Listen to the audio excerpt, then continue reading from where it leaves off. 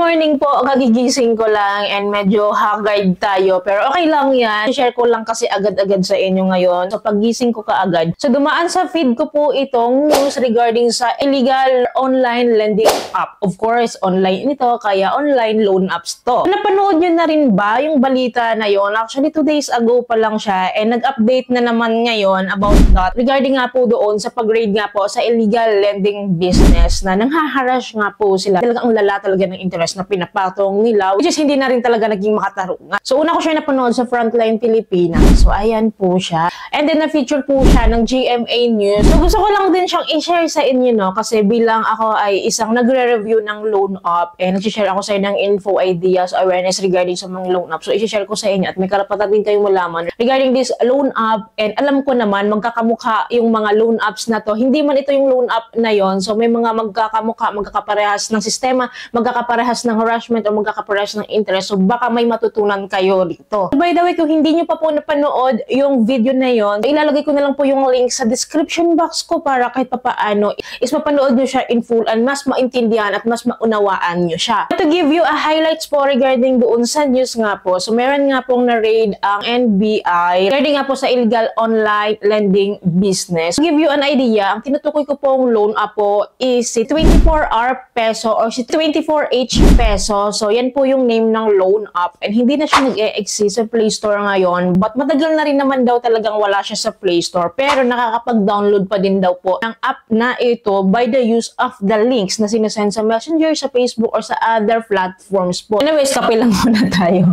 So, bali ang story po kasi nun, meron pong borrower na nag-complains. 58 years old na siya. So, ayan siya. So, siya po yung nag-complain sa NBI. So, based po sa kwento niya, yung interest do po ng pinapatong ni 24H peso, 55% po ng total loan amount po ni borrower is yun yung matatanggap niya. And then, 45% po, yun po yung interest ni 24H peso, which is within 7 days lang yun. So, ayun po kasi dun sa borrower na nag-complain. No? So, sabi niya doon, ang loan amount niya daw is 3,500 pesos and natanggap niya lang daw po is 1,900 pesos for 7 days. So kung kukumpitin nyo yan nga po, 45% talaga yung kinukuha nila with that 7 days period. And then kung i-1 month to pay mo yun, so 182% yung interest nila sa atin. So grabe naman yun. As in talagang hindi na rin naman talaga makatarungan. So based po sa report, no, kabayad na raw siya. Pero sinisingil pa din siya. And hindi lang siya sinisingil na normal na paniningil ha. Meron talagang ginagawang harassment. So parang ginawa ng NBI, sinet up nila ngayon para makita talaga on the spot. Para marinig talaga nila on the spot yung harassment talaga from that OLA agent. So, ipapakita ko sa inyo. Ayun po yung nagiging conversation nila. So, naniningil po yung OLA. Tapos, sabi nung OLA nga sinungaling, ganyan, minura na siya. Sabi ng agent, tatawagan ko lahat ng contact reference mo. Sabi niya, tinatakot na hinaharas niya. Hindi pa siya nakontento doon. So, sinabi niya rin, ipopost ko yung mukha mo at hihingian kita ng abuloy. Grabe no, ang lalahan nila. So, kung ikaw ay ordinaryong tao lang, ordinaryong borrower lang, so, makaka-receive ka ng ganitong pagbabanta nila. Of course, manginginig ka sa takot, di ba? So, hindi mo alam ang gagawin mo.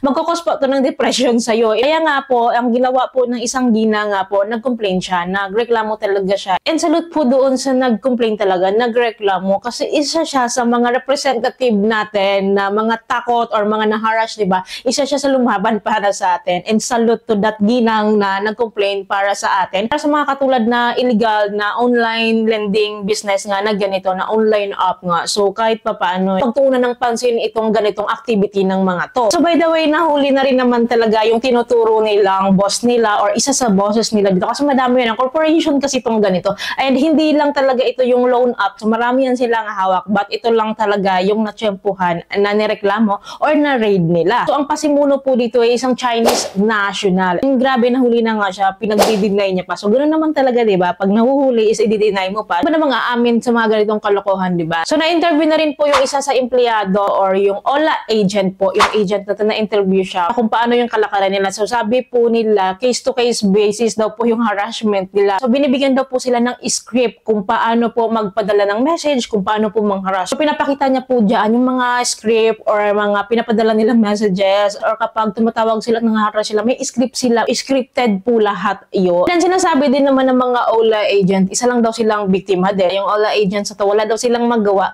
kundi sumunod dun sa mga bosses nila kasi parang hinaharass din sila or parang nananakit daw sa kanila yung mga bosses nila and kailangan daw nilang sundin. Yun. So, I don't know kung totoo yun. Siyempre, kwento nila yun. Of course, defense mechanism na lang nila yung ganong sinasabi nila. Pero mga Pinoy kasi mga empleyado dito eh. So, yun ba yung ipapakain nyo sa mga pamilya nyo, ang kalokohan na ginagawa nyo, nangaharas kayo. Napakadaming trabaho na pwedeng pasukan. So, ito pa talaga ang papasukan nyo. Yung mga scam, yung magiging parte sa mga ganitong business. So, I don't know kung paano nyo naaatim araw-araw naman, loko talaga. So, pwede naman kayong makawala sa ganitong mundo. So, bakit di nyo ginawa, diba? So, dahil ba binabantaan kayo? So, dapat sana nagkaroon kayo ng legal na complaints din kung ganun ang kalakaran sa inyo. Which is, tinanggap nyo rin tinanggap yan sa contract nyo na ganun ang gagawin sa inyo. So, hindi po pwedeng magiging out kayo sa ganitong sitwasyon. Pati tuloy kayo nga yung mga OLA agents na to na sinasabi nyo inosente kayo. So, damay na rin kayo. Kasi ganun tinanggap nyo yung kontrata nyo sa mga bosses nyo na ganun ang gagawin or kalakaran. Tanggapin nyo rin yung mga consequence na ganito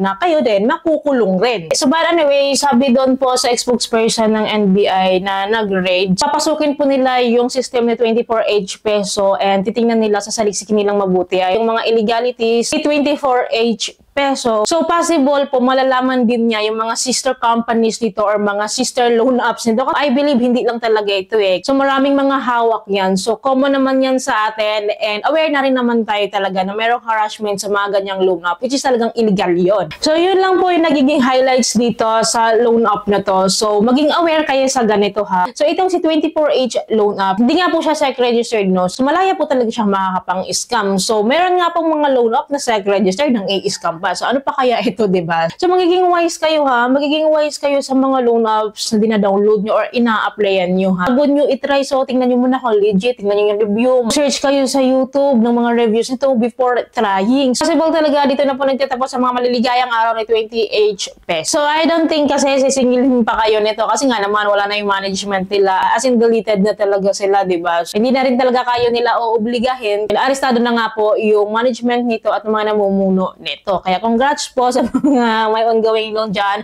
Paid na kayo agad, diba? So again, sa mga hinaharas dyan or may mga loan apps na same dito na matataas ang interest at hindi nga makatarungan yung kanilang paniningil at kung nakabayad ka na at hinaharas ka pa, so huwag kang matakot. So ito yung wake up call mo na hindi mo kailangan matakot sa mga ganito kasi mga ganitong activity, illegal po talaga to. Hindi legit tong loan app nito and huwag kang matakot kasi lahat po yan is pagbabanta lang at wala po magiging katotohanan yan. But of course, it is safe na isettle nyo pa rin yung mga junior dyan, yung mga inutang nyo kasi utang is utang po So kapag nag-utang kayo dyan, so balik nyo rin, bayaran nyo rin. And kasi nakikinabang naman po kayo dyan. And it is the right thing to do na magbayad pa rin tayo ng utang kasi nangutang nga po tayo. So regardless kung beyond that, meron pa silang mga activity na nakapagbayad ka naman na and okay ka naman na pero nangharas pa rin. So wala ka na doon. Basta at least binayaran mo na yung utang mo sa kanila and ano man ang mga pangharas sa pagbabanta nila or panggugulo nila sa'yo, is huwag ka nang matakot. Basta ginawa mo yung part mo. Kung gusto nyo makawala sa loan app na to, settle nyo na agad-agad yung mga accounts nyo. So, yun lang po. Happy na natutulong sa video ito. Happy nakatulong tong video sa inyo. Kung nagustuhan yung video, please don't forget to like, share, and subscribe. And click yung bell button para tunong videos ko is updated and notified po kayo. Thank you po for watching this video. Bye!